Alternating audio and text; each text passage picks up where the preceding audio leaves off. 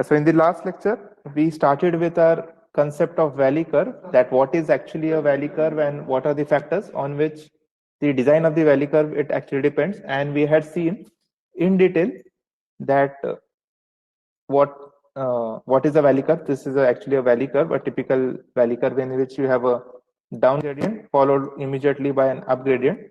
And similarly, you have different kinds in the valley curve as well.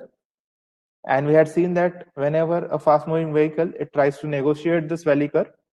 So there will be self-weight, which will be acting in the downward direction. At the same time, there will also be a centrifugal force acting in the same direction, downward direction. So that will create an extra pressure on the tires and the suspension system of your vehicle. And that's why you feel a kind of discomfort when you go through this lowest point. Okay? What we say that we feel a jerk when if you are sitting in a vehicle and that vehicle is traveling with a speed in that valley curve. So that discomfort we feel, and we are supposed to design our valley curve in such a way that you don't feel this discomfort at all. And then from the side distance consideration, in a daytime, you don't have any side distance consideration for the valley curve because you can see everything which is coming from the opposite direction, mainly the vehicles or whatever is the obstruction, you can very well see it. But the problem arises during the night time, where you have to rely on your headlight, how far your headlight of the vehicle it goes, and what is the angle at which it is being projected, whether it is dipper or upper, what we say, upper beam or lower beam. So depending on that, you will decide that, or you will come to know that, okay, there is a obstruction in front of you, or there is a vehicle, not even vehicle, oncoming vehicle, you don't have an issue because that oncoming vehicle will also have its own headlight. So you will come to know that, okay, there is a vehicle coming. So generally the side distance, it is governed by headlights, and that too main concern is the stopping side distance, because if there is an obstruction somewhere here, so whether it's visible or not, that will be decided by your headlights, the specifications of your headlights or the parameters of your headlights. And overtaking side distance, it's not a concern we had seen, because the oncoming vehicle, that will also have its own headlight, and due to that you will come to know that, okay, there is a vehicle approaching from opposite direction.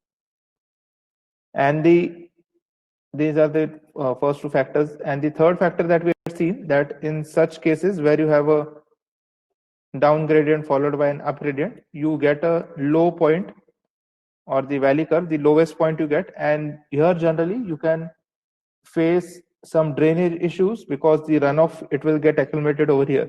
So at this point, generally we provide some cross drainage works which will take out the runoff, and it will disperse it to the adjoining topography or into the longitudinal drains. So we had covered till here. So just to revise, I had gone back a few slides. Now we will cover the design aspect, that we say that we design a valley curve. That means we find out the length of that valley curve.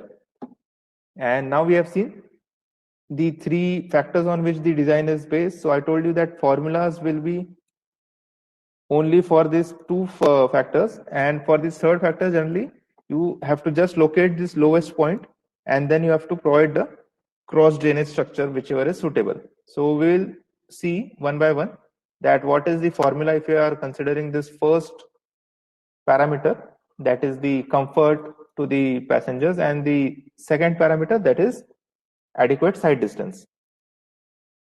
So in the first parameter, it's titled as transition curve for comfort. Now, we are talking about valley curve, but now you see there is one more type of curve, or another type of curve that I have written here, that is a transition curve. Now, transition curve you have seen in the horizontal alignment, wherein you had a circular horizontal curve, but you can't directly introduce a circular curve. You need to provide some transition in between the straight road and the curve road. So there your transition curve, it comes into picture. And the same transition curve we follow for valley, or we provide for valley curve as it is. The only difference, or the only reason, is because we are talking about comfort to the passengers. Okay? And comfort to the passengers or discomfort to the passengers, it will be only due to a sudden change in your gradient or sudden introduction of your centrifugal force. Okay. So we want that centrifugal force to be introduced gradually, as we had seen in the horizontal curve. So similar correlation is there. That's why we are going for a transition curve in the valley curve itself. Okay. So before we go to the actual diagram and all that, you might recall this formula: Ls is equal to V cube upon Cr. Now this was the formula for length of transition curve in your horizontal alignment, where Ls is the length of that curve, V is the speed of your vehicle, C is the rate of centrifugal acceleration, and R is the radius of curve. Okay. So just to recall your memory, I have borrowed a slide from our older presentation of horizontal alignment, and particularly transition curve lecture, in which we had seen that transition curve, one parameter which can be used, or one way in which length of transition curve can be found out, is by considering the rate of change of centrifugal acceleration. So I'll not cover again all this. What I wanted to show is the formula that we came up at the end of this discussion of this slide was C is equal to V cube upon R into Ls. So just I have rearranged the same formula. Ls I have taken on one side, and then the rest of the terms on other side. So this is the same formula that I showed you over here. Okay. That formula, it came from our transition curve concept itself, that in this we are saying that up to a straight section you have an infinite radius, and whenever you introduce a curve you have some finite radius, so you can't really change from infinite radius to a finite radius just like that, because your centrifugal acceleration or centrifugal force, it will be introduced suddenly, and we don't want that sudden introduction. So what we did was we distributed the centrifugal force, or more correctly, we distributed the centrifugal acceleration over the length of your curve or transition curve Ls. So the same thing we are going to do here. Now you can consider this diagram on your right side, that you have a valley curve A, B, C. Okay. B being the lowest point, A and C you can consider as the tangent point, or from where the curve starts, and it is divided into, or the total length you can consider as capital L, and assuming that it's a symmetrical curve, symmetrical about its y-axis. So A to B, whatever is the horizontal distance, it's same as the horizontal distance B to C. And this curve is formed by two gradients. One is the falling gradient or down gradient minus N1, and another is the up gradient plus N2. Okay. So now here we are saying that this curve that we are introducing, this valley curve, this is going to be a transition curve. So that's why we came up with this formula, Ls is equal to V cube upon Cr. And now just one more formula, that in case of transition curve, if you recall again, that we had seen transition curve, mainly we use parabolic curves as a transition curve, and moreover a cubic parabola kind of a thing. Okay. So in that case, the radius of, or minimum radius of such curve, you can write in form of this equation, that R is equal to Ls upon N, where Ls is the length of that transition curve, and N is the gradient difference. We have seen that this capital N, the deviation angle, it is nothing but the algebraic difference of your gradients. Okay. So this is the minimum radius that can be written by this equation. Now we have to just go on substituting into this first equation. Okay. So the value of R that we have seen here, so I'll just substitute it over here. So Ls becomes Nv cube upon C into Ls. So the denominator N, deviation angle, it went to the numerator. Okay. And again, taking the terms of Ls on one side, because we want at the end length of your valley curve. So I get LS is equal to under root NV cube upon C. Okay, now terms are the same. C is the same rate of change of centrifugal acceleration. The only difference is here we take the rate of, or the C value, we take it as 0.6 meter per second cube. Okay, or meter per second square per second. That is meter per second cube. Okay. Now, if you go back to this diagram on the right side, so length of valley curve, we have said it is L, it's not LS. Then what is this LS? LS is the length of transition curve. So your length of your valley curve total, it will be twice your transition curve, because from A to B, it is one transition curve, okay, transition curve 1 suppose, and from B to C, you have another transition curve. Okay. So two transition curves, but we are seeing saying that the curve is symmetrical. So curve is symmetrical, so that means the radius is also the same for both the curves. The finite radius r that we want. So from that logic, we can write this L is equal to 2ls, and then just ls we just now found out that nv cube upon c whole bracket raised to 0.5 or under root of that value. So your length of valley curve, it will be this formula, that L is equal to twice under root nv cube upon c. Okay.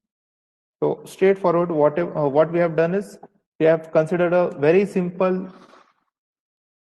concept or very simple case that you have a valley curve, it's symmetrical, so it's divided into two parts basically. Total length of valley curve is L, and you can have L by 2 from the lowest point itself. It is formed by two gradients, minus n1 and plus n1. And then we applied the concept of transition curve borrowed from the horizontal alignment, wherein your rate of change of centrifugal acceleration, it is kept constant, or a uniform rate is kept over the length of your transition curve. So we started with that formula of Ls is equal to V cube upon Cr, and then we had one other formula, that is R is equal to Ls upon N. Now this formula is only the new formula which is introduced in this concept of a transition curve, and that is nothing but the, as I told you, the minimum radius that can be written for a transition curve. So that is R is equal to Ls upon N, and then just by substituting the values, you got Ls value, and that Ls is actually one transition curve from A to B or B to C, and just doubling it or multiplying it by 2, you'll get the total length L that is needed. Okay. So if I design my transition curve with this formula, then I can say that there will not be any discomfort to passengers or vehicles who are traveling down this transition curve, okay, and they'll able to negotiate this curve without any difficulty or without any discomfort. Okay. So this is the first consideration. Now the second consideration obviously is the side distance. So more particular, we are considering the headlight side distance. Now in that also we have two cases. The first case is if your length of curve, it is greater than SSD. So we have seen that valley curve, we don't have any issues regarding the overtaking side distance. We only have a concern regarding the stopping side distance. So length of curve is greater than SSD if we take this case. Now we'll switch on to the diagram first. So you have a valley curve, a typical valley curve, and you have a vehicle which is at the lowest point of that valley curve. Now why lowest point I have taken? Suppose I take the vehicle over here, or assume that vehicle is over here. Now we are going to consider the side distance in terms of headlight. So if I just project headlight of the vehicle, so that headlight can go up to a far distance. Okay. So if the headlight is covering a longer distance, we really don't need to bother about the side distance.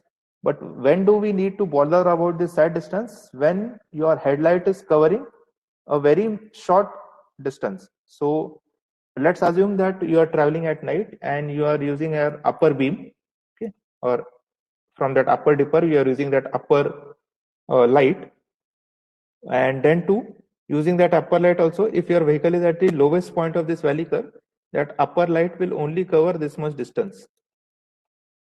Okay. Whereas if the vehicle is at somewhere start of that valley curve over here, suppose, so that upper beam it may cover a longer distance because it will what you can say, the rays of light, it will be incident on the surface, and you don't have any surface in between, you directly have an upgradient at the end. So in that case, your headlight is covering maybe such large distance, so you don't really need to worry about this case. What we need to worry, or what formulas we generally derive it for the worst case scenario. So the worst case scenario will be when you are having bare minimum or least side distance due to your headlights. So in that case, what should be your valley curve? So that's why we are considering this case. We are considering this case that your vehicle is at the lowest point of your curve. Okay. And as I told you, you are using the upper beam, so it is incident somewhere here. And as it is an upper beam, so it is having some angle with respect to horizontal, that is angle alpha. And if I consider the height of that headlight from the ground surface, so that height is h1, small h1, and the distance which is covered by this headlight, that is the stopping side distance s, because let's be clear that at a particular moment or at a particular instance, whatever is the throw of your headlight, whatever distance it covers, only up to that distance you can see any obstructions, and if there is an obstruction, so that much distance you will cover to stop just before the collision. So that's why that headlight distance is nothing but the stopping side distance that we are considering here. So this SSD is nothing but this S, which is nothing but the distance covered by the headlight. Okay. And which distance we are considering when your vehicle is at the lowest point of your valley curve and it is having the upper beam incident. Okay. So from geometry, you can just work out this height. Okay. So this height, what I'm talking about. So this you can work out that it becomes a triangle. You have a base S, you have an angle alpha. So this height will be S tan alpha. Okay. Now the valley curve, it is assumed to be a parabolic curve. So the equation for a simple parabola, y is equal to ax square. And this a, the constant, it is given by this equation, a is equal to n upon 2l, where n is the deviation angle. If I just extend the gradients, okay, so this will be n value, and L is nothing but the total length of your length of your valley curve. So valley or curves, you know that tangent point, it's the starting of any curve. So if suppose these two are the tangent points, so now you see the distance between the tangent point is nothing but the length of your curve. So if you see, this is the length, and if you see the side distance, so we are considering this first case, that length of the curve, it is greater than the stopping side distance. Okay. So this diagram also, it says the same thing, that we are considering the case wherein the length of curve is greater than the side distance or the stopping side distance. Now coming back to this parabola equation, y is equal to ax square. So now if I consider this point, this red point on the right side that you see, it is blinking. Okay. So if I tell you to find out the equation of this point by merely using this equation, y is equal to ax square. Okay. So y is nothing but the vertical coordinate of this red point. So vertical coordinate or the height of that point. So that height is nothing but h plus s tan theta. So that will be the complete height. So that will become your y coordinate. And if I tell you to write down the x coordinate, considering that this is your axis, okay, or this is the origin where the headlight is located on your car. So that is the origin, and the wheel of your base of the wheel of your vehicle, that is the origin. Okay, so the intersection is the origin. So y is nothing but h1 plus s tan alpha, and x is equal to s in this case. Okay, because we are finding out the coordinates of this red dot. So I have just substituted the values, that y becomes h1 s tan alpha and x becomes s. Okay, and a remains as it is. So now I have substituted the a value as well in this equation, that a we know it's n upon 2l. Okay, just now rearrange the terms so that you get length on one side. This is what we want, L. So if I rearrange the equations or rearrange the terms, so I'll get an equation L is equal to ns square upon 2 into bracket h1 plus s tan alpha. Okay. And if I consider average height of headlight as 0.75 meters and beam angle as 1 degree, so these are just some assumptions or standard values. It's not hard and fast that every country follows this, or even in India, everywhere you follow this. It's not like that. That's why I've written the term average height. Okay. So in general, you can say 0.75 is the average height of the headlight. So if that's the case, just substitute the values and you will get this equation. Now again, I have shown you these two equations because now again, coming back to your competitive exams or GATE exams, if you have a numerical in which they tell you that standard values of headlight or standard values of H1 and alpha are assumed. So these are the standard values that you can assume. So directly you can go use this formula. In that case, no need to use this formula, the one which is having all the terms, and then substitute the values and get the answer. So it will save some time. So that's why the second formula is shown to you. But nevertheless, this is the basic one, ns square upon twice h1 plus s tan alpha. Okay. So this is the first case in which your length of curve, it is assumed that it is greater than SSD. If this is the case, then you go by this formula. Okay. And this terminologies you see, L is the length of valley curve in meter, S is the stopping side distance, or the headlight side distance also you can see in meter as well, and N is the deviation angle. You see it's N1 plus N2. That's only because it's a algebraic difference of your gradients, and we had N1 as a falling gradient and N2 as a rising gradient. So you can write it as N1 plus N2. Okay, so this is the formula for first case of a headlight side distance consideration. Now if I consider the second case, now in which length of curve, it is less than your stopping side distance. So what will happen in that case? So again, we'll go back to a figure that this is a valley curve, and now I'll show the tangent points first. Yeah, so it's a short curve or short length curve, because we are considering that length of your curve, it is less than side distance or headlight side distance or stopping side distance. So these are the tangent points. Again, tangent point is nothing but the start and end of your curve. It is nothing but at the tangent point. So if you see from the tangent point itself, if you extend the gradients or the straight sections, you will get that deviation angle capital N. Okay. Now here we consider that our vehicle is at the tangent point or at the start of the valley curve. Okay. Now here's the difference between both the cases. The previous case, what we had seen over here, where the length of curve was greater than SSD. So in that case, we considered that the vehicle is at the lowest point of your valley curve. Okay. Because here we had that our length of curve or curve was actually too large in length than your stopping sight distance or headlight sight distance. So that's why we had considered this case.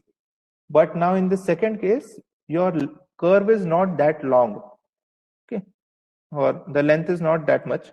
It's a short length. So that's why we are considering that the vehicle is at the start of your valley curve or at the first tangent point. And now if I incident the beam of light, so that beam of light, it is just covering the curve. You can see the distance between these two tangent point, it will be the length of your curve, suppose L,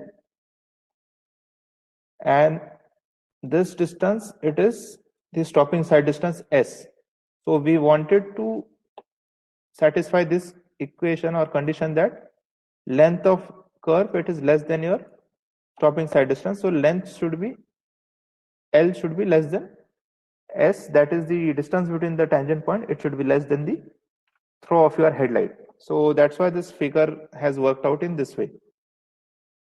Okay, if I had considered this, the vehicle at this lowest point as in the first case, so maybe I would have got some length over here, but you can't say that it's just or it's equal to or it's greater than or it is less than your length of the curve. Okay, so that's why we considered the scenario wherein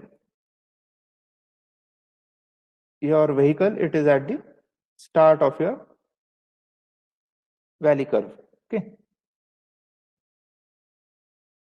So now again, if I see the angle of that beam, so with respect to this down gradient, because my vehicle is on the down gradient, so with respect to down gradient, that considering as a horizontal, my beam of light which will have an angle alpha. And as I told you, the beam of light, whatever distance it covers, that becomes a stopping sight distance, that is S. And again, I have considered that the curve is symmetrical. So whatever is the length from this first tangent point to this lowest point, that is the same as the tangent point on the other side. Okay. And this height, again, it's h1, that is the height of your headlight. And again, this works out to be S tan alpha. Okay. Now, if I simply compare that h1 plus S tan alpha, okay, so this height, you can write it as S minus L by 2 into N. Okay. So just if you consider this system of triangles, okay, so from that you can write this correlation that H1 plus S tan alpha is equal to S minus L by 2 into N, where N is this deviation angle. Okay. And just by rearranging the terms, then you can write that L is equal to 2S minus 2H1 plus 2S tan alpha upon N. And again, if you substitute the values, that average height of headlight H1 is 0.75 meter and beam angle alpha is equal to 1 degree.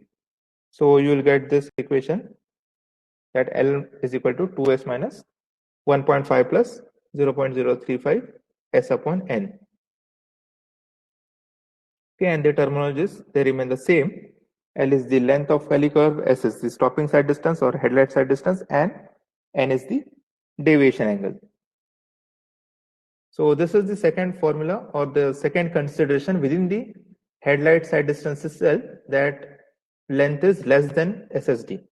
So now what we have seen is two formulas or two conditions, either length of curve is greater than sight distance or length of curve is less than sight distance. So why we have considered these two or how we are going to use it is when we solve the numericals in the next lecture, we will see that you have to design or find out the lengths for both these assumptions. That first you have to assume that suppose L is greater than S, and then we have to use that formula, whatever we have designed, seen in the previous slide, and then you will get some value of L, that you will come to know that whether it's actually greater than S or not. Okay. So if it's not greater than S, So your assumption was wrong. So you will go for the second assumption that L is less than S. Okay. So that's the way in which we'll proceed with the design. Now coming to the third point, as I told you, for the third consideration, design consideration, in which we had to do something about the drainage or the water accumulated at the lowest point of the valley curve. So for that, first we need to locate actually where is the lowest point. Okay. So now you will say that visually you can see that this is the lowest point in this curve if you see. So you'll say that what's the need to find out that lowest point. You can visibly just see here that this is the lowest point, and then you can give the cross drainage design. But that's not the case. This is visible because the road is already being constructed, and we do the design when we don't have that road over there. Okay, it's only on paper. So on paper you can't see that okay, this is the, or you can't predict that okay, this will be the lowest point, and then just based on that you have to calculate the runoff. So for runoff calculations also you need some firm or fixed point that okay, this is the point which we can say it is the lowest point of your valley curve. So for that we need to have some formula. So in the or this slide,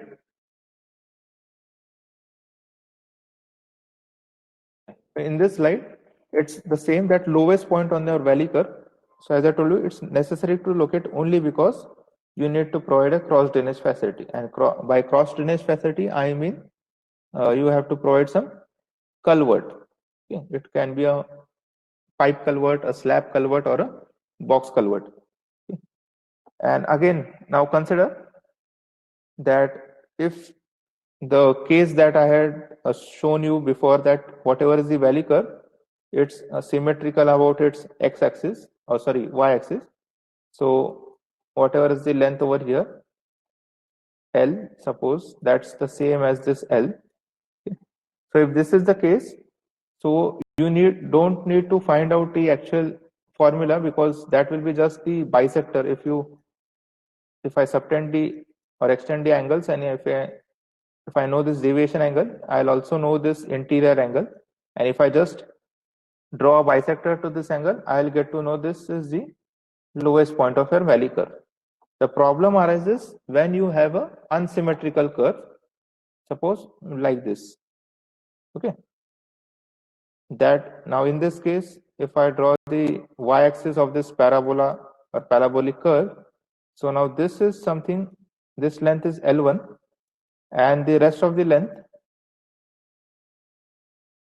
this will be L2. So they are not symmetrical, not the same. So in this case, now you need to locate where is this actual lowest point. Okay. Because even if you subtend some angles, so the deviation angle you will get somewhere around here, suppose.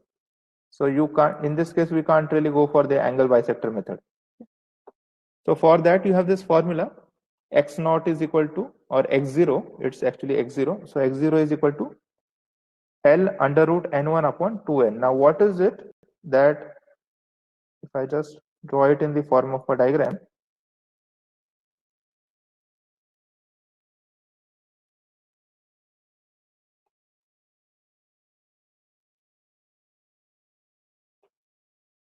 okay, that this is the down gradient minus n1, this is the up gradient plus n2, this is the deviation angle that it makes, capital N, and now this is the lowest point on your curve. Okay, so you can see actually it's nowhere near the angle bisector also. So now I have to locate this point. So by locating, I need to only find out the x coordinate, because y coordinate is, it's nothing but the lowest coordinate. So whenever you get this profile, whatever will be the lowest coordinate in heights, so that is actually your y coordinate. All you need to locate is the x coordinate. So for locating that x coordinate, you will use this formula. You will be knowing the length of your valley curve because you have already designed it. You will be knowing the down gradient, and you will be knowing this deviation angle. Okay, so I have used n1 over here in this formula. So whatever x coordinate I'll get that will be from this side where you have a n1 grid. Okay, so reversely, if I use n2 over here in this formula, I'll get the coordinates from this side of your valley curve or this gradient, n2 gradient. Okay. So this is the formula, and once you get the formula or once you get the coordinate or locate the point, then you are in a position that okay, here you have to provide a cross drainage or a culvert. So then you will go for which type, slab or box or a pipe type. Okay. So this is all with the design of your valley curve, what we had seen or what we have seen in today's lecture. That is, first consideration is length of valley curve from the comfort point of view. So for that we had this formula, and then we had seen the headlight side distance, in which we consider two cases. Either the length of curve is greater than SSD, in that case you have this formula, and then in second case, when your length of curve is less than stopping side distance or headlight side distance, then we had seen that this is the formula. And then just for the third consideration, to not accumulate the water at the lowest point, you need to locate that lowest point, and for that you have this formula of x0. Okay. So this is all with the design of valley curve, and we'll stop here for today.